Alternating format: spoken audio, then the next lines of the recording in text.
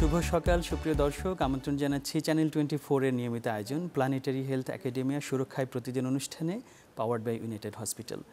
দর্শক, আমি একটি চায়ের কাপ ধরে আছি, লক্ষ্য করে থাকবেন যে আমি হাতলটি ধরেছি ঠিক এই জায়গাটায়, উন্মুক্ত যে অংশ এটি আমি খুব দীর্ঘক্ষণ ধরে রাখছি না, কারণ চা এখনও গরম এবং এর তাপমাত্রা এখনও উচ্চ। এই যে স্পর্শ এবং তাপমাত্রা, এটি কিভাবে আমাদের মস্তিষ্কের সংবেদনশীলতা তৈরি করে, তার সাথে ব্যথার একটি ঘনিষ্ঠ সম্পর্ক আছে। সম্পর্কটা এতটাই গভীর যে এবছর 2021 সালে দুজন বিজ্ঞানী নোবেল পুরস্কার পেয়েছেন এই স্পর্শ এবং তাপমাত্রার যেই মেকানিজম, সেই মেকানিজম আবিষ্কার করে, এবং তারা নোবেল পুরস্কার পেয়েছেন চিকিৎসা বিজ্ঞানে। সুতরাং আজকে আমাদের সুরক্ষায় প্রতিদিন অনুষ্ঠানের যে আলোচ্য বিষয় ব্যথার কারণ ও তার ব্যবস্থাপনা, সেখানে অবধারিতভাবেই 2021 সালের নোবেল পুরস্কারের বিষয়টিও আলোচিত হবে, এবং একই সাথে এই আবিষ্কার কিভাবে আমাদের ব্যথার ব্যবস্থাপনায় ভূমিকা রাখতে পারে সে বিষয়ে আমরা কথা বলবো। এই গুরুত্বপূর্ণ বিষয়টির আদ্যপ্রান্ত আলোচনা করার জন্য 3 মহাদেশ থেকে 4 জন মানুষ আমরা যুক্ত হচ্ছি। স্টুডিওতে আমি আছি ডক্টর মুশতাক ইবনে আইয়ুব, আর অনলাইনে আমাদের সাথে 3 জন বিশেষজ্ঞ যুক্ত হয়েছেন। চলুন তাদের সাথে পরিচিত হয়ে নেই। আমাদের সাথে যুক্তরাজ্য থেকে যুক্ত হয়েছেন ডক্টর সাইফুর রহমান।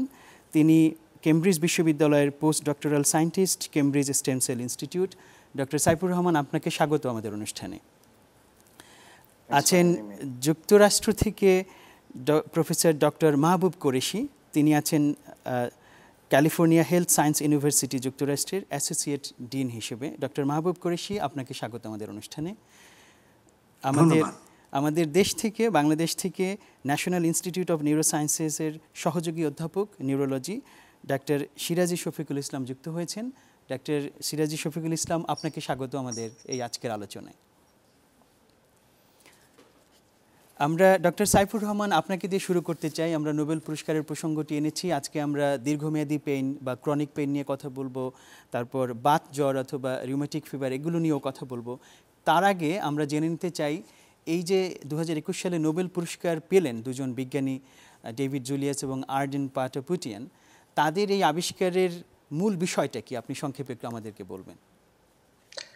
ধন্যবাদ। এবছর নোবেল প্রাইজ মেডিসিনে পেয়েছে আয়ন চ্যানেলের উপরে, যদি আমি একটা মানে সায়েন্টিফিক টার্মিনোলজি ইউজ করি। ডেভিড জুলিয়াস এবং আর্ডেন পাটাপুটিয়ান নামে দুজন সায়েন্টিস্ট। দুজনের কাজের ধরন বেসিক্যালি একই, এন্ড প্রোডাক্ট বা এন্ড রেজাল্ট একই। দুজনের কাজটা আসলে pain related, but the mechanism দুজনের কাজের ধরন একটু আলাদা। ডেভিড জুলিয়াস উনি কাজ করেছেন ট্রিপ ভিয়ন, যেটা সায়েন্টিফিক নেম হলো transient receptor potential cation channel V family. আর ডক্টর আর্ডেম কাজ করেছেন একটা specific channel which is call mechanosensitive channel, যেটাকে সায়েন্টিস্টরা পিএজও চ্যানেল বলছে। তো দুটোর অ্যাক্টিভেশনের মেকানিজম একটু আলাদা, বা দুটোই পেইন সেন্সেশন বা হিট সেন্সেশনে কাজ করে। যদি একটু এক্সপ্লেন যদি করি, টিভিএন এর ক্ষেত্রে যেটা ডেভিড জুলিয়াস কাজ করেছেন, সেখানে আমরা দৈনন্দিন জীবনে আমাদের মরিচ খাই বলা চলে, পেপার চেরি, ওখান থেকে একটা কম্পাউন্ড যার নাম হলো ক্যাপসাইসিন। ওই কম্পাউন্ডটা এই সার্টেন চ্যানেলটাকে অ্যাক্টিভেট করে, যার ফলে একটা নিউরনাল বা যে আমাদের সেলগুলো থাকে, সেলগুলো আছে, যেসব সেল মূলত সেন্সেশনের সাথে involve, for example DRG neuron, যেটা ডরসাল রুট গ্যাংলিয়ন নিউরন, ওইটা রিসিপ্টর অ্যাক্টিভেট করার ফলে আয়নের ইনফ্লাক্স হয়, যার ফলে আমাদের যে ভোল্টেজের চেঞ্জ হওয়ার ফলে অ্যাকশন পোটেনশিয়াল অ্যাক্টিভেট হয়, ওই প্রক্রিয়াটা, যার ফলে আমরা একটা মেসেজ পাই। মেসেজটা থ্রু দ্য স্পাইনাল কর্ড ব্রেনে চলে যায়। অন্যদিকে আরডিএম এর কাজটা একটু ডিফারেন্ট। উনি পিএজও প্রোটিনের দুটো সাবটাইপ আছে, পিএজও 1 অ্যান্ড পিএজও 2, দুটো নিয়েই উনি কাজ করেছেন। তো পিএজো টুটা ওনার ক্ষেত্রে পেইনে ইনভলভ উনি দেখিয়েছে। উনি একটা মাইস মডেলকে দেখিয়েছে যে পিএজো টু এই প্রোটিনটাকে যদি নক আউট করে দেওয়া হয় তাহলে দেখা গেল যে দেখা গেছে ওই মাইসটা আসলে কোনো পেইন ফিল করে না। তো এটা উনি দেখিয়েছেন যে এই পিএজো টুটা এটাও আসলে ওই পেইনের ক্ষেত্রে একটা রোল প্লে করে। কিন্তু এই পিএজো টু অ্যাক্টিভেশনটা আনলাইক TFV1 একটু ডিফারেন্ট। এটা মেকানিক্যাল প্রেশার যখন তৈরি হয়, বিভিন্নভাবে হতে পারে, এটা ওটা একটু ডিফারেন্ট ডিসকাশন। তো এটা মানে দুটো ইন প্রোডাক্ট দুটোই মানে একই সেন্সেশন নিয়ে কাজ করে, বাট ডিফারেন্ট মেকানিজম। আচ্ছা, ডক্টর সাইফুর রহমান, অনেক ধন্যবাদ। খুব সহজ ভাষায় আপনি এবছরের নোবেল পুরস্কার বিষয়টি ব্যাখ্যা করলেন এবং বিশেষ করে ব্যথার সাথে কিভাবে সম্পর্কিত সেটা দেখালেন। আমি এই সূত্র ধরে ডক্টর সিরাজি শফিকুল ইসলাম আপনার কাছে জিজ্ঞেস করতে চাই, আপনি একজন নিউরোলজিস্ট হিসেবে আপনি ব্যথাকে কিভাবে সংজ্ঞায়িত করেন সে বিষয়টি আমাদেরকে একটু বলবেন। ডক্টর সিরাজুল শফিকুল ইসলাম, একজন নিউরোলজিস্ট হিসেবে আপনি ব্যথাকে কিভাবে সংজ্ঞায়িত করেন? জি, আচ্ছা, ব্যথা হলো একটা, যেটা আমরা বলি যে একটা অস্বাভাবিক অনুভূতি, যে অনুভূতির কারণে আমরা মনে করি যে আমার শরীরে কোনো দুর্ঘটনা ঘটেছে। এটা কিন্তু দুর্ঘটনা ঘটার মানে কি, অর্থাৎ আমার কোনো শরীরের কোনো কলা বা টিস্যু বা সেল ড্যামেজ হয়েছে, নষ্ট হয়েছে। হতে পারে নষ্ট হতেও পারে, নাও হতে পারে। এই যে জায়গাটা একটা ডাইলেমা, একটা দ্বন্দ্ব থেকে যায়, এই জায়গায় একটা যুক্ত আছে জিনিস, সেটা হচ্ছে ইমোশন এন্ড এনভায়রনমেন্ট, অর্থাৎ আবেগ এবং পারিপার্শ্বিকের একটা প্রভাব এই ব্যথার সাথে যুক্ত। আমি কথাটা বুঝাতে পারলাম কিনা? একটু জটিল হলেও ব্যাপারটা মনে করেন যে আপনি ফুটবল খেলছেন, আপনার পা কেটে গেছে, আপনি কিন্তু বুঝতেই পারেননি যে আপনার পা কেটে গেছে, কিন্তু যখন খেলা শেষ হলো আপনি পায়ের দিকে তাকালেন, কাঁটাটা দেখলেন, তখন আপনি ব্যথা পাচ্ছেন, কিন্তু খেলাকালীন সময় কিন্তু আপনি ব্যথা পান নাই। সুতরাং এই যে দুটো জিনিস, একটা আবেগের সাথে সম্পর্কিত, আর একটা হচ্ছে সরাসরি ড্যামেজের সাথে সম্পর্কিত। আবার দেখেন, আপনার তেমন কোনো ব্যথা হয়তো ছিল না, কিন্তু যখন আপনি একটা ডিপ্রেশনে ভুগছেন, আপনার বিরাট লস হয়ে গেছে কোনো কারণে, বা আপনার একজন প্রিয় আপনজন হয়তো আপনার থেকে বিচ্যুত হয়ে গেছে, তখন দেখবেন যে আপনি অল্প ব্যথা অনেক বেশি অনুভব করবেন, ব্যথা অনুভব করবেন, অল্প ব্যথাকে অনেক বেশি মনে হতে পারে ব্যথাটা। এই যে ব্যথাটা তখন কোনো ড্যামেজ হয়নি, কিন্তু আপনার যে আবেগের পরিবর্তন হচ্ছে, তাতে অল্প ব্যথাও অনেক ব্যথা হিসেবে অনুভূত হচ্ছে। সেখানে দেখা যায় কি যে ব্যথা সহ্য করার যে ক্ষমতাটাকে আমরা বলি থ্রেশহোল্ড। এই ফিজিওলজিক্যাল থ্রেশহোল্ডটা, অর্থাৎ যে ব্যথা সহ্য করার ক্ষমতাটা যখন কমে যায়, তখন অল্প ব্যথাও অনেক বেশি ব্যথা হিসেবে মনে হয়। এবং যখন আপনি ফুটবল খেলছেন, তখন আপনার ওদিকে কোনো চিন্তাই নাই, তাই ওই ব্যথাটার থ্রেশহোল্ড এত উপরে ছিল ওই খেলার সময় যে আপনার ওই সামান্য ব্যথা অনুভূতই হয়। আনন্দে অনেক সময় আমরা লাভ দিই, পায়ে ব্যথা আছে, ভুলেই যে আমার পায়ে ব্যথা ছিল, পা ভেঙে গেছে, পা কেটে গেছে। এইভাবে যদি আমি ব্যথাকে ব্যাখ্যা করি, তাহলে আমি বলবো যে দুটো কারণ, একটা হচ্ছে ইমোশনাল অংশ, আরটা হলো ডাইরেক্ট ড্যামেজ, কোন টিস্যু বা নার্ভ ড্যামেজ হলো। এই দুটোর সমন্বয়ে একটা ব্যথা সৃষ্টি হয় এবং সেটাই আমরা অনুভব করি। অনেক ধন্যবাদ ডক্টর শফিকুল ইসলাম।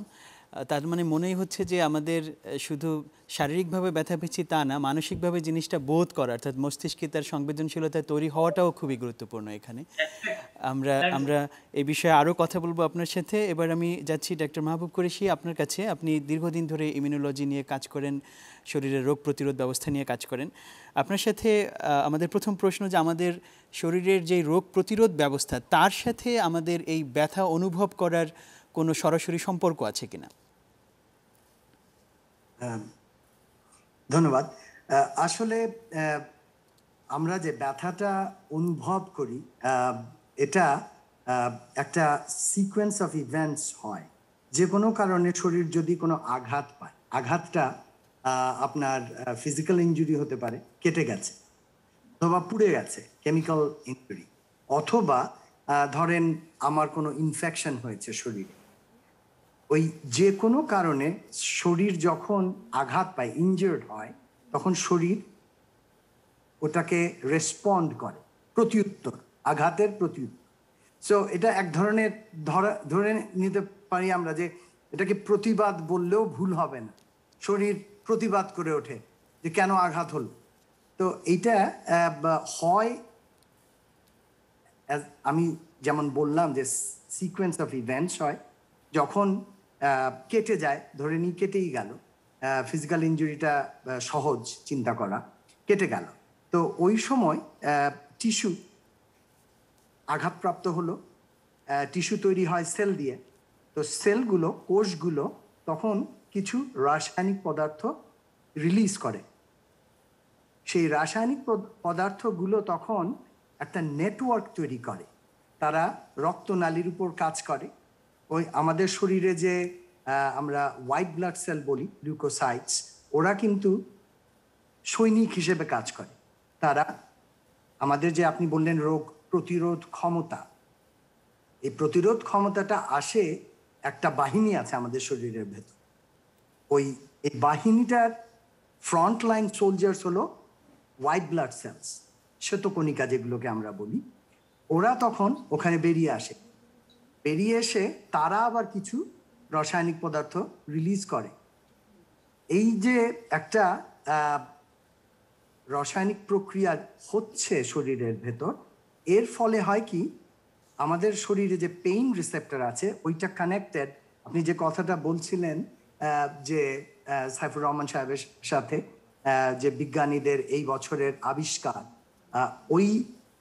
এই যে সেন্সেশনটা ফিল করবে, ওই রিসেপ্টরগুলো তখন ওই বার্তাটা, ওই সিগন্যালটা পাঠিয়ে দেয় নার্ভের ওখানে। ডক্টর শফিকুল ইসলাম যেটা বলছিলেন, যে নার্ভ তখন ওইটা পাঠায় ব্রেইনে। সো এই পুরো শরীরটা, আমাদের শরীরটা কোনো একটা organ system is not working independently, মানে স্বাধীনভাবে কেউ কাজ করছে না, সবাই কাজ করছে সমন্বয়ের মধ্যে দিয়ে। তো যদি আমাদের রোগ প্রতিরোধ ক্ষমতার যে সিস্টেমটা, ইমিউন সিস্টেমটা, সে যদি প্রথম আঘাতটা রেকগনাইজ না করে এই সিগন্যালগুলো না পাঠাতো, তাহলে শরীর কিন্তু এইটা বোধই করতো না। তো আপনি যেটা বললেন যে আমাদের রোগ প্রতিরোধ যে ক্ষমতার যে সিস্টেম, ইমিউন সিস্টেম, তার সাথে ব্যথার কি সম্পর্ক, আমি মানে চেষ্টা করেছি সহজ বাংলায় বলতে, এফোর্ট করেছি যতটা সম্ভব না, জি জি, ধন্যবাদ। আমরা একটা ভালো চিত্র পেয়েছি আপনার আলোচনা থেকে, যে আমাদের বিশেষ করে শ্বেতকণিকার কথা বলেছেন বা অন্যান্য রক্তকণিকা যারা যুক্ত আছে আমাদের সাথে, রক্তের উপাদানগুলো। অনেক ধন্যবাদ আপনাকে। আমরা আমাদের সাথেই থাকুন, আমরা ছোট্ট একটু বিরতির পরে আবার আলোচনায় ফিরে আসছি। সুপ্রিয় দর্শক, সুরক্ষায় প্রতিদিন অনুষ্ঠানে সময় হলো ছোট একটি বিরতির। আমরা কথা বলছি ব্যথার কারণ ও ব্যবস্থাপনা নিয়ে। আমাদের সাথেই থাকুন, ফিরছি একটু পরে।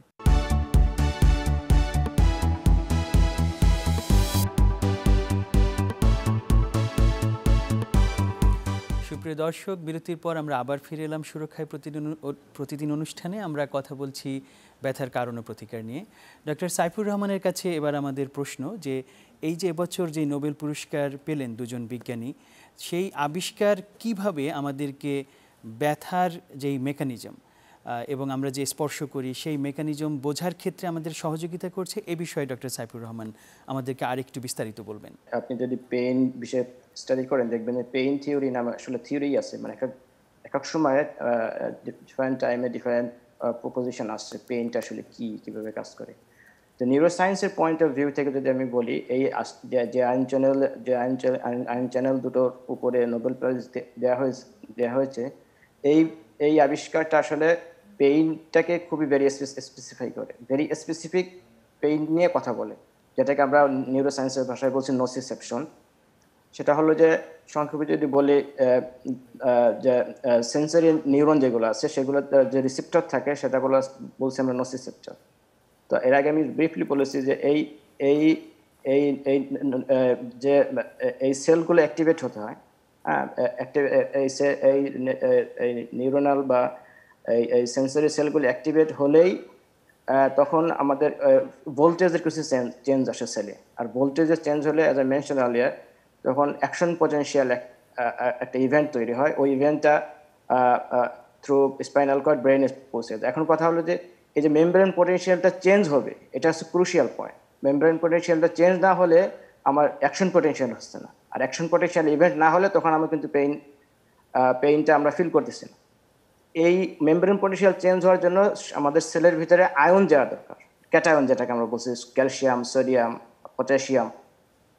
তো এই চ্যানেলগুলো আসলে এই দুটো চ্যানেল স্পেসিফিক কিছু আয়ন ওখানে সেন্ড করে, এবং এটা অ্যাক্টিভেট হওয়ার মেকানিজম আলাদা। বিশেষ করে ডেভিড জুলিয়াস আবিষ্কার যে চ্যানেল নিয়ে উনি কাজ করেছেন, ওখানে উনি দেখিয়েছেন ক্যাপসাইসিন দিলে অথবা অন্য শুধু ক্যাপসাইসিন না, আরও অনেক হিট বা অন্য কিছু রেসপন্ডও করে ওই রিসেপ্টরটা, ওইটা চ্যানেলটা ওপেন হয়। ওপেন হলে যখন আয়ন ভিতরে প্রবেশ করে তখন আসলে এই আয়নের ইনগ্রেডিয়েন্টের চেঞ্জ আসার কারণে এই রেস্টিং পটেনশিয়াল থেকে এটা অ্যাকশন পটেনশিয়ালে চলে যায়, যেটা আমি বলছি অ্যাকশন পটেনশিয়াল অ্যাক্টিভেট হওয়াটা আসলে খুব জরুরি। ওটা হওয়ার ফলে তখন আমরা ব্যথা ফিল করি। আর মেকানো সেন্সেশনের সেন্সিটিভ চ্যানেল যেটা, ওটাও আসলে আয়নটাকেই সেলটা আয়নটাকে কীভাবে সেলের ভিতরে নিয়ে আসে বাইরের এক্সট্রা সেলুলার বাইরের এনভায়রনমেন্ট থেকে, সেটা একটা ডিফারেন্ট মেকানিজম। সেটা প্রেশারের মাধ্যমে হয়, স্ট্রেসের মাধ্যম দিয়ে হয়। মানে স্টিমুলাস মানে সেলটা অ্যাক্টিভেট হয়ে ভিতরে আয়ন নিয়ে আসবে, এটার আসলে মেকানিজমটা মানে কীভাবে এটা আলাদা, বাকি এদের এটা আলাদা। মানে রেজাল্ট যেটা পেইন ফিল করা বা সেন্সেশন ফিল করা, এটা একই ধরনের হয়ে থাকে। যেমন আরেকটা কথা না বললেই নয়, সেটা হলো যে এই পেইনের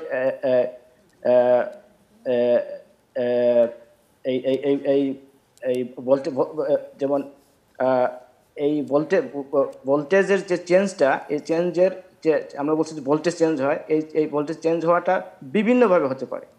সেটা আমরা কমার্শিয়ালি অ্যাভেলেবেল যে কেমিক্যাল কম্পাউন্ড আছে সেটা দিয়ে করতে পারি, হ্যাঁ, অন্য টেম্পারেচার চেঞ্জ করে, অন্য প্যারামিটার চেঞ্জ করে আমরা এই কাজটা, এই ইভেন্টগুলো আমরা করতে পারি। এগুলো ল্যাবরেটরি আমরা এগুলো করতে পারি। আচ্ছা ডক্টর সাইফুর রহমান, এখানে আমরা আবার আসবো আলোচনাটায়। আমি একটু শুধু সংক্ষেপে যে বার্তাটা আমরা নিচ্ছি এখান থেকে, সেটি হলো যে আয়ন চ্যানেল ওপেন হওয়া এবং তার মাধ্যমে আয়নগুলো কোষের ভিতরে প্রবেশ করাটা হচ্ছে আসলে ইনিশিয়াল ইভেন্ট, এবং সেটা নানান কারণে হতে পারে, এবং তারপর সর্বশেষ আসলে ওটা এদের আমরা বলতে পারি প্লেজিং কোনো অনুভূতি অথবা ব্যথা এগুলোর ভিতরে প্রবেশ করবে। স্পর্শের যে বিষয়টা বলা হচ্ছে সেটা কখনো কখনো সেটা আমাদের জন্য উপভোগ্য, আবার কখনো কখনো সেটা অনুপভোগ্য বা কষ্টকর, সেটাই হচ্ছে আসলে ব্যথার দিকে চলে যায়। আমি ডক্টর শফিকুল ইসলাম এই জায়গাটায় আসি যে আপনি শুরুতেই বলেছিলেন যে ব্যথার আমরা কখনো অনুভব করি কখনো করি না, পরিবেশের উপরে একটা সম্পর্ক আছে। ব্যথাকে আসলে আপনারা নিউরোলজিস্টের দৃষ্টিকোণ থেকে কত ভাগে ভাগ করেন? কিছু আছে ক্রনিক পেইন, কিছু আছে ইনস্ট্যান্ট, আমরা খুব তাড়াতাড়ি বোধ করি, একটু যদি ব্যাখ্যা করেন দর্শকদের উদ্দেশ্যে। আসলে ব্যথাকে আমরা সাধারণত দুভাগে বিভক্ত করি। একটা হচ্ছে অ্যাকিউট পেইন, যেটাকে বলি তীব্র ব্যথা, তাৎক্ষণিক একটা ব্যথা হচ্ছে, আচমকা ব্যথা হচ্ছে, পেশেন্ট এইভাবেই তার ব্যথাটাকে বর্ণনা করে। আরটা যেটা ক্রনিক পেইন, অনেকদিন ধরেই ব্যথা হচ্ছে, হয়তো সহনীয় কখনো অসহনীয়, কিন্তু ব্যথাটা অনেক দিনের। অ্যাকিউট পেইন যেটা বা তাৎক্ষণিক ব্যথা যেটা হয়, সেটা দুটো ভাবে হতে পারে। একটা হতে পারে যে ইনফেকশন থেকে হতে পারে, আরটা হচ্ছে কোনো ড্যামেজ অথবা কোনো নার্ভ যদি কোনোভাবে আপনার ড্যামেজ হয় তাহলে হতে পারে। অর্থাৎ হয় টিস্যু ড্যামেজ হবে অথবা নার্ভ ড্যামেজ হবে। টিস্যু ড্যামেজ হলে ডক্টর মাহবুব বললেন যে টিস্যু ড্যামেজ হলে কিছু ইনগ্রেডিয়েন্টস, কিছু প্রোস্টাগ্ল্যান্ডিন, কিছু কেমিক্যাল রিলিজ হয়। এই কেমিক্যাল রিলিজগুলো নার্ভকে স্টিমুলেট করে। যখন নার্ভকে উত্তেজিত করে, নার্ভের এন্ড গুলোকে, তখন একটা নার্ভের সাথে আর একটা নার্ভের সংযোগ থাকে, সিন্যাপস। এরকম অনেকগুলো নার্ভ, একটা দুটা তিনটা চারটা পাঁচটা, কোনটা বড় কোনটা ছোট, এরকম বিভিন্ন নার্ভের সাথে সংযোগ থাকে। এই সংযোগগুলো একসাথে নার্ভ উপরে যায়। ব্রেনের মধ্যে আমাদের কিছু জায়গা আছে যেখানে সবগুলো অনুভূতিগুলো যায়, যেটা আমরা থ্যালামাস বলি। সেই ব্রেনের দুই পাশে দুই থ্যালামাসে তখন এলো এই রিসেপ্টরের মাধ্যমে, নার্ভের মাধ্যমে, আমাদের সুষমাকাণ্ড বা স্পার্মি কর্ডের মাধ্যমে ব্রেনের মধ্যে থ্যালামাসে যে সেন্টারটা আছে, সেই সেন্টারে যে এই ব্যথার অনুভূতিগুলো জমা হয়। এবং প্রত্যেকটা রিসেপ্টর, যেগুলো স্কিনের মধ্যে প্রতিটা তন্তু আছে, যেগুলো ডক্টর সাইফুর রহমান বললেন যে নসিসেপ্টর, ওই রিসেপ্টর গুলোর মধ্যে টাচ পেইন। এখন একটা জিনিস দেখেন, আপনি টাচ করলেন, ব্যথা অনুভব করলেন না, জোরে টাচ করলেন তো ব্যথা পেলেন।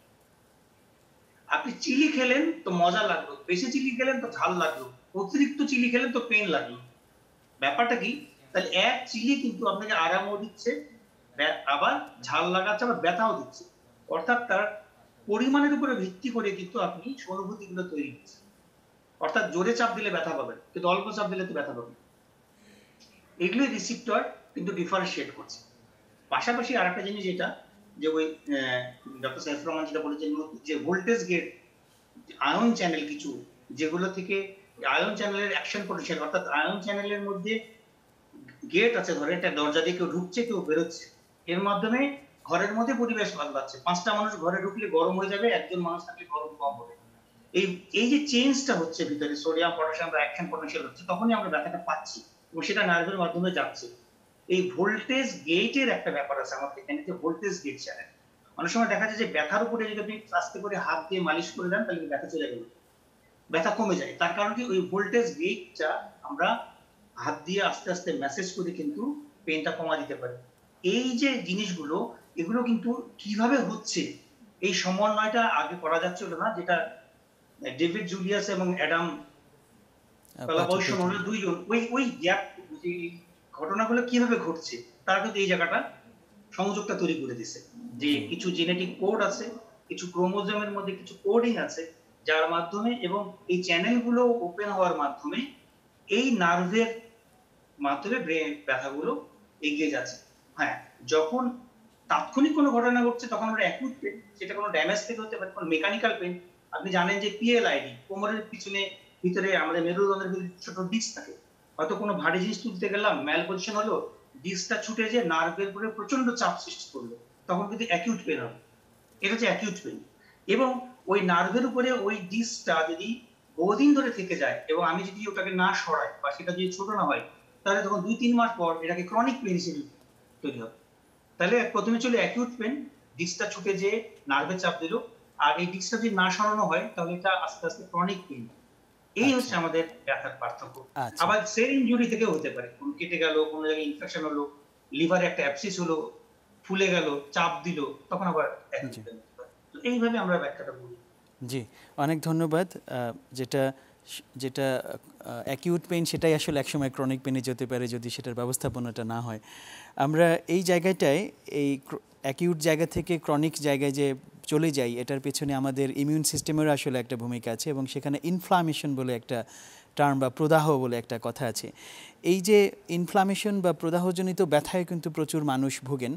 ডক্টর কোরেশি, আপনার কাছে প্রশ্ন, যে এই প্রদাহজনিত ব্যথার মূল কারণ কি এবং এখান থেকে আমরা কিভাবে বেঁচে থাকতে পারি?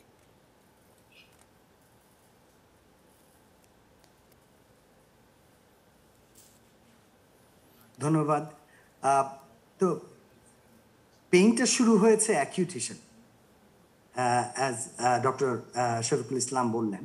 তারপর যদি আমরা রেমেডি না আনি, আমরা যদি কারণটাকে না সরাই, অ্যান্ড ওটা যদি কন্টিনিউ করে, ব্যথার যে কারণ যেটাই হোক কারণ, তাহলে ধীরে ধীরে ওটা ক্রনিক হয়ে যাবে। শরীর, যেটা আমাদের ইমিউন সিস্টেম, সে তখন তার রেসপন্স বদলাতে শুরু করে। যখন অ্যাকিউট পেইন ছিল, তখন যে সোলজারগুলো রিক্রুট হয়েছিল, যারা এসেছিল যুদ্ধ করতে, ওরা ছিল নিউট্রোফিলস। কিন্তু যখন ওটা অনেক দিন ধরে থাকে, নিউট্রোফিল বেশি দিন বাঁচে না, তখন অন্য আরেক গ্রুপ অফ সোলজার্সরা টেক ওভার করে। ওদের নাম হলো লিম্ফোসাইটস, মোনোসাইটস। তারা টেক ওভার করে। তারা তখন অন্য রকম ব্যবস্থা নিতে শুরু করে, যেটা আমরা দেখি যে ধীরে ধীরে জায়গাটা ফাংশন লুজ করতে শুরু করে।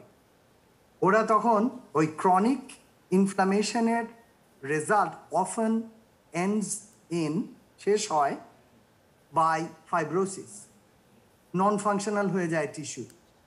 তো এখন কি করতে পারি আমরা to avoid this inflammatory diseases? তো সেটা হলো যে সব কিছু, একটা কথা আছে, we are what we eat. আমরা যা খাই আমরা তাই। তো আমাদের খেতে হবে জিনিস যেগুলো নাকি শরীরে ইনফ্লামেশন কম তৈরি করে। সো ইনফ্লামেটরি ডিজিজেস, এটা একটা বিরাট এরিয়া অফ রিসার্চ।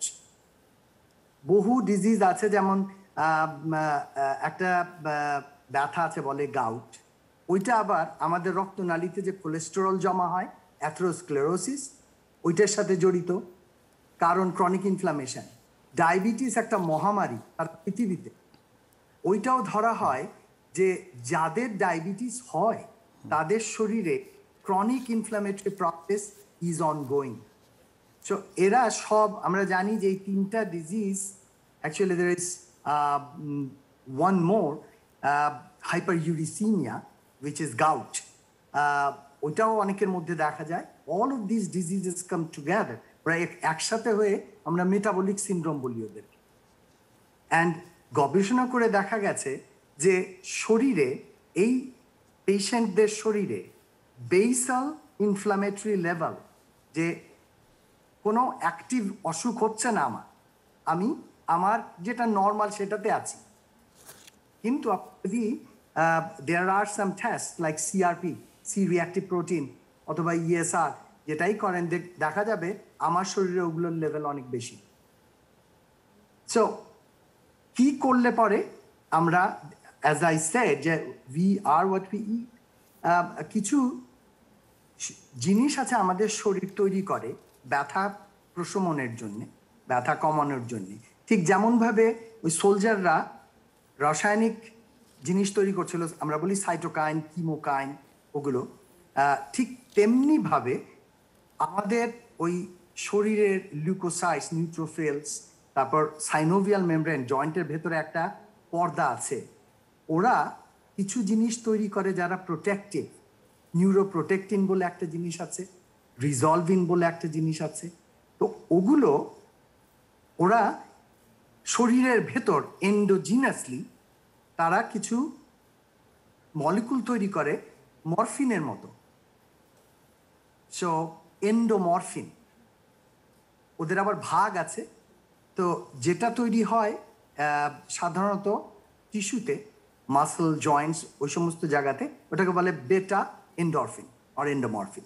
তো এখন এই যে জিনিসগুলো, কিছু কিছু খাবার আছে যারা এই জিনিসগুলো তৈরি হতে সাহায্য করে।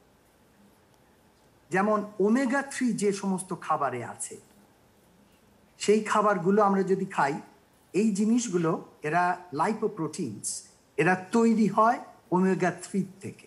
সো ওমেগা 3 আছে আপনার ফ্যাটি ফিশে, এই সমস্ত দেশে, যুক্তরাষ্ট্র, যুক্তরাজ্য,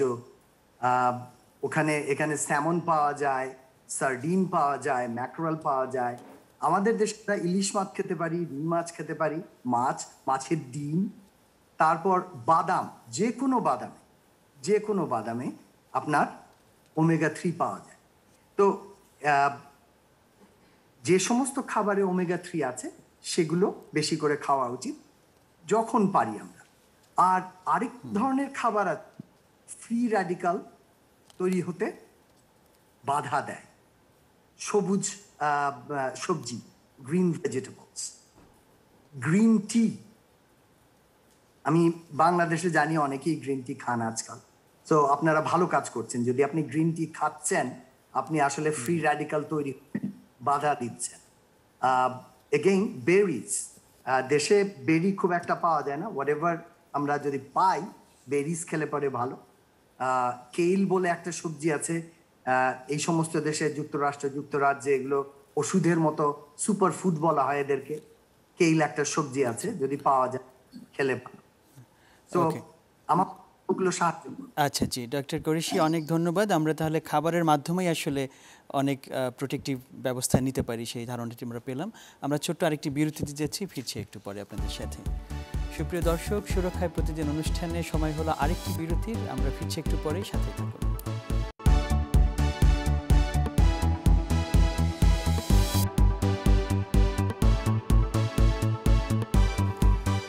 সুপ্রিয় দর্শক, বিরতির পরে আবার ফিরে এলাম সুরক্ষায় প্রতিদিন অনুষ্ঠানে। আমরা কথা বলছি ব্যথার কারণ ও ব্যবস্থাপনা নিয়ে।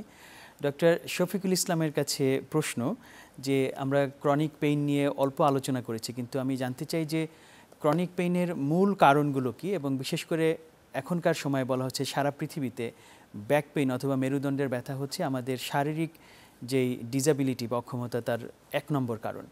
আমরা এই ব্যাক পেইন প্রতিরোধ করার জন্য কি করতে পারি এবং কেন আসলে সমস্যাটি বেড়ে গিয়েছে? ডক্টর শফিকুল ইসলাম।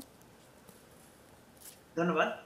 ক্রনিক পেইনের যে কারণগুলো আমরা মূলত পেয়ে থাকি, একটা হলো ইনফ্লামেটরি, যেমন অস্টিওআর্থ্রাইটিস, রিউমাটয়েড আর্থ্রাইটিস, গাউট, এগুলো একটা ক্রনিক পেইন তৈরি করে জয়েন্টে। আরটা হলো ব্যাক পেইন।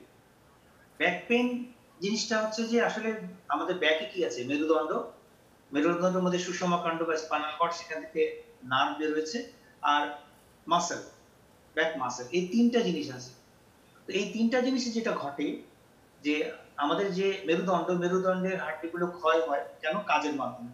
মাথায় বোঝা নেয়, সবসময় চেয়ারে বসে কম্পিউটারে কাজ করে, তাহলে তাদের কি হয়? একটা ম্যাল পজিশন থাকে, একই স্ট্রেচ, একইভাবে মেরুদণ্ডের উপর চাপ পড়ে, তখন মেরুদণ্ডের যে ভার্টিব্রাগুলো আছে, অশ্বরুকা বলি, এগুলো ক্ষয় হয়, এবং ক্ষয় হয়ে সেগুলোর মধ্যে কতগুলো স্পাইক তৈরি হয়, কাঁটার মতো তৈরি হয়, যেগুলোকে আমরা বলি অস্টিওফাইট। এবং এই কাঁটাগুলো তখন মাংসের মধ্যে এবং নার্ভের মধ্যে দুই জায়গাতেই চাপ দেয়, খোঁচা দেয়। যখনই চাপ দেয়, খোঁচা দেয়, তখন সেগুলোতে ব্যথা অনুভূত হয়। এই চাপ বা খোঁচা দিলে কি হয় দেখেন, একটা যোগকে যদি আপনি টাচ করেন, যোগটা কি হবে? ছোট হয়ে যাবে, সংকুচিত হবে। তেমনি কোনো মাংসপিণ্ডে নার্ভে যখন চাপ দিবেন, তখন মাংসপিণ্ডগুলো কি হবে? সংকুচিত হবে, স্পাজম হবে। যখন এই মাসেল স্পাজম হয়, তখন মাংসে ব্যথা হয়। যখন নার্ভে খোঁচা লাগে, তখন নার্ভে ব্যথা হয়। আর হাড্ডিগুলো যখন ক্ষয় হয়ে যায়, তখন কাঁটার মতো তৈরি হয়, স্পাইক, তখন সেগুলো খোঁচা দিতে থাকে। এই যে তিনটা কারণ, এই যে মেকানিক্যাল কজ, এই মেকানিক্যাল কারণগুলো কিন্তু আমরা সম্পূর্ণরূপে প্রতিকার করতে পারি না। কারণ বয়সজনিত কারণে যে ঘটনা ঘটেছে, আমরা সেটাকে আর সেই হার্টে ক্ষয়কে পুনরায় আগের জায়গায় ফিরিয়ে আনতে পারি না, এবং সেগুলো যখন খোঁচা দিতে থাকে, নার্ভের উপরে যখন প্রেশার পড়ে, সবসময় কিন্তু আমরা সার্জারি করে সবগুলো সার্জারিতে সফল হতে পারি না, বা অনেক সময় সার্জারি ইন্ডিকেশন থাকে না, সার্জারি করাও যায় না বা করতে হয় না। আমরা তখন ওষুধ দিয়ে রাখি, কিন্তু ওষুধে পেশেন্ট পুরোপুরি সুস্থ হয় না। আবার সে যে কাজটা করে, সেই কাজটা থেকে সে কিন্তু বেরিয়ে আসতে পারছে না। যে ডে লেবারার মাথায় বোঝা নিচ্ছে, সে কিন্তু ওই কাজ ছাড়া আর কিছু করতে পারবে না। যে কম্পিউটার অপারেটর সারাক্ষণ বসে বসে কাজ করছে, সে কিন্তু ওই চাপ ছাড়তে পারছে না। এটা একটা বড় কারণ হয়ে দাঁড়ায়। তাহলে জব, আমাদের লাইফস্টাইল, সবকিছু মিলে আমাদের মেরুদণ্ডে যে পরিবর্তনগুলো আসছে, সেই পরিবর্তনগুলোই আমাদের ব্যাক পেইন বা ক্রনিক পেইন তৈরি করছে। সেই ক্ষেত্রে আমরা যদি লাইফস্টাইল মডিফিকেশন করি, অর্থাৎ নিয়মিত ব্যায়াম করি, আমরা 2টা থেকে 3টা বালিশ নিয়ে ঘুমাই, ঘাড়ের হাড্ডিগুলো এতে ম্যাল পজিশন হয় এবং ক্ষয় হয়, পরে এগুলো নার্ভের উপরে চাপ দেয়, তখন ঘাড়ে ব্যথা, হাতে ব্যথা, মাথা ব্যথা, 3টা নিয়ে থাকি, এবং এই ব্যথা সারতে চায় না। আবার অপারেশনও করা যাচ্ছে না, বা অপারেশন করলেও ভালো হচ্ছে না। তাহলে দেখা যায় যে আমরা যদি একটু একটা পাতলা বালিশ নিয়ে ঘুমাই, রেগুলার এক্সারসাইজ করি, অসুবিধা নেই। আমি অ্যাট স্টেজ 3-4-5 ঘন্টা ল্যাপটপে বসে কাজ করছি, কোমরের উপরে প্রচন্ড প্রেসার দিচ্ছি, যখন ব্যথা শুরু হয়ে যাচ্ছে, তখন দেখা যাচ্ছে কোমরের হাড্ডি ক্ষয় হয়ে গেছে, নার্ভের উপর চাপ দিচ্ছে। কিন্তু আমি যদি 1 ঘন্টা আধা ঘন্টা পর পর উঠে একটু এক্সারসাইজ করি, প্রতিদিন সকাল বিকাল এক্সারসাইজ করি, তাহলেই কিন্তু দেখা যাচ্ছে যে আমাদের যেই প্রেসারটা ডিস্ট্রিবিউটেড হয়ে যাবে, তখন আর কিন্তু আর ব্যথার অনুভূতি কম হবে। তাহলে দেখা যাচ্ছে যে আসলে আমাদের জীবন যাপনের পদ্ধতির মধ্যে যদি আমরা পরিবর্তন আনি, এবং আমরা যদি আমাদের কেন আমাদের এই সমস্যাটা হচ্ছে সেটা যদি বুঝি এবং সেই অনুযায়ী চলি, তাহলে এরকম লং স্ট্যান্ডিং পেইন বা ক্রনিক পেইন থেকে আমরা কিন্তু নিজেদেরকে সেভ করতে পারবো। জি, অনেক ধন্যবাদ। আশা করি দর্শক যারা শুনলেন আজকে এই উপদেশগুলো মেনে চলবেন এবং তাদের জীবন মানের উন্নয়নে আসলে একটি গুরুত্বপূর্ণ ভূমিকা রাখবে। ডাক্তার কোরেশি, আপনার কাছে আমি ফিরি। একটি খুব সাধারণ হেলথ প্রবলেম আছে, স্বাস্থ্য সমস্যা বাংলাদেশে, সেটি হচ্ছে বাতজ্বর বা রিউমেটিক ফিভার, যেটা এটিও ইমিউনোলজির সাথে জড়িত, এবং বাতজ্বর জনিত ব্যথাও কিন্তু মানুষের দীর্ঘমেয়াদী একটি সমস্যা। বাতজ্বর আসলে কেন হয় এবং এটাকে প্রতিকার করার কোনো সুস্পষ্ট ব্যবস্থা আছে কিনা? ধন্যবাদ। অ্যাকচুয়ালি বাত জ্বরটাকে আমরা থামাতে পারি, এটার সুনির্দিষ্ট ব্যবস্থা আছে। তো বাত জ্বরের জন্য যে ব্যথা হয়, সেইটার কারণ হলো ইনফেকশন, এবং অনেক সময় বাতের ব্যথা যেটা আমরা বলি, সেখানে কোনো ইনফেকশন নাই, সেটা আবার অন্য রকম ব্যথা। সো প্রথমে আমরা বাত জ্বরের থেকে যেটা, সেটা সম্বন্ধে বলি। এটা হয় একটা ব্যাকটেরিয়াল ইনফেকশন থেকে। ব্যাকটেরিয়াটার নাম হলো স্ট্রেপ্টোকক্কাস পায়োজেনিস। অনেক সময় আমরা এটাকে গ্রুপ এ স্ট্রেপ্টোকক্কাসও বলি। তো এটা অনেক সময় আমাদের গলায় ব্যথা হয়, গলা বসে যায়, জ্বর আসে, খুব একটা সর্দি টর্দি থাকে না, কিন্তু এই তিনটে জিনিসই বেশি হয়। জ্বর হয়, গলা ব্যথা হয়, গলাটা বসে। তো আয়নার সামনে যদি নিজেই মুখটা খুলে দেখি, দেখবো যে একেবারে লাল হয়ে গেছে, কোনো কোনো জায়গায় আবার একটু সাদা সাদা দেখা যায়। এটা ব্যাকটেরিয়াল ইনফেকশন। অনেক সময় আমরা মনে করি ও কত হয়েছে, চলে যাবে। তো সব সময় এইটা যে বাতের জ্বর হয়ে শেষ হবে সেটা কোনো কথা নাই, কিন্তু সমস্যাটা হলো রিস্কটা থেকে যায়। কিছু কিছু স্ট্রেইন আছে এই ব্যাকটেরিয়া যারা রিউম্যাটোজেনিক, মানে ওইগুলো বাত জ্বর করবে। তো এখন আমি যদি আমার শরীরকে দায়িত্বটা দেই এটা টেক কেয়ার করার, শরীর করবে, আমি মরে যাব না, শরীর করবে। কিন্তু এই ব্যাকটেরিয়াটাকে কন্ট্রোল করার জন্য শরীর একটা জিনিস তৈরি করবে, ওটাকে বলে অ্যান্টিবডি। এখন এই অ্যান্টিবডিগুলো তৈরি হয়ে যাবে অধিক মাত্রায়, কারণ এই যুদ্ধ করতে হয়েছে তাকে ওই ব্যাকটেরিয়ার সঙ্গে। অ্যান্ড অতিরিক্ত অ্যান্টিবডিগুলো তখন টার্গেট করবে আমারই শরীরের কিছু কিছু অংশ, ইনক্লুডিং আমার জয়েন্টস। জয়েন্টের মধ্যে যে মেমব্রেন আছে, সাইনোভিয়াল মেমব্রেন, সেখানে কিছু মলিকুল আছে যেগুলোকে ওরা শনাক্ত করবে অ্যাজ ইফ ওইটা ব্যাকটেরিয়ার অংশ, অ্যান্ড তখন তারা ওইটাকে অ্যাটাক করা শুরু করবে। আসলে ওটা তো আমার জয়েন্ট, এটা হার্টকেও এফেক্ট করে। So rheumatic fever, rheumatic heart disease হয়ে শেষ হতে পারে, কিডনি এফেক্ট করতে পারে, পোস্ট স্ট্রেপ্টোকক্কাল গ্লোমেরুলোনেফ্রাইটিস। এটা আবার জয়েন্টেও এফেক্ট করতে পারে, আমি ব্যথায় কাবু হয়ে যাব। ডাক্তার কুরেশি, এখানে প্রশ্ন হচ্ছে যে কোনো মানে ব্যবস্থাপনাটা যদি খুব সংক্ষেপে বলেন যে কিভাবে আমরা এটাকে ব্যবস্থাপনা করতে পারি 30 সেকেন্ডে। এটা প্লিজ ডাক্তারের কাছে যেতে হবে। বাংলাদেশে আমরা অ্যান্টিবায়োটিকটা ইউজ করি খুব ইনডিসক্রিমিনেটলি, ওটা ভালো নয়। ডাক্তারের কাছে যেতে হবে। এটা খুবই এক কোর্স অ্যান্টিবায়োটিক এবং এই সমস্যা চলে যাবে। আর যদি না করি তাহলে এই অনেক দিন ধরে চিকিৎসা করতে হবে। যদি ভাগ্য ভালো হয়ে যাব, আর যদি না ভালো হয় তাহলে হার্ট ফেলিয়ার হতে পারে, কিডনি ফেলিয়ার হতে পারে। And is not. জি, অনেক ধন্যবাদ ডাক্তার কুরেশি। এবার আমরা অনুষ্ঠানের প্রায় শেষের দিকে চলে এসেছি। ডাক্তার সাইফুর রহমান, আমরা নোবেল পুরস্কার প্রসঙ্গে কথা বলছিলাম, আপনার থেকে আমরা মূল বিষয়টা শুনে ফেলেছি। এই যে একটি বড় রকমের গবেষণা হলো, আপনি কেমব্রিজ বিশ্ববিদ্যালয় গবেষণার সাথে যুক্ত আছেন। বাংলাদেশে যদি আমরা এরকম নিউরোসায়েন্স বিষয়ক কাটিং এজ যে গবেষণাগুলো আছে করতে চাই, আমাদের কোথায় কাজ করা উচিত বলে আপনার মনে করেন, খুব সংক্ষেপে যদি বলেন। ধন্যবাদ। যদি এই স্পেসিফিক ফিল্ডের কথা জিজ্ঞেস করেন যে এই ফিল্ডে আমরা যে ফিল্ডে নোবেল প্রাইজ দেওয়া হলো, এই ফিল্ডে কিভাবে আমরা গবেষণা করতে পারি, নিউরোসায়েন্স বিষয়ে বিশেষ করে। জি হ্যাঁ, নিউরোসায়েন্স এটা আসলে খুবই বাইরের যেটা রিসার্চ খুবই অ্যাডভান্স লেভেলে। আমরা we can expect that from our country. এটা খুব রিয়েলিটিটা মেনে নিতে হবে।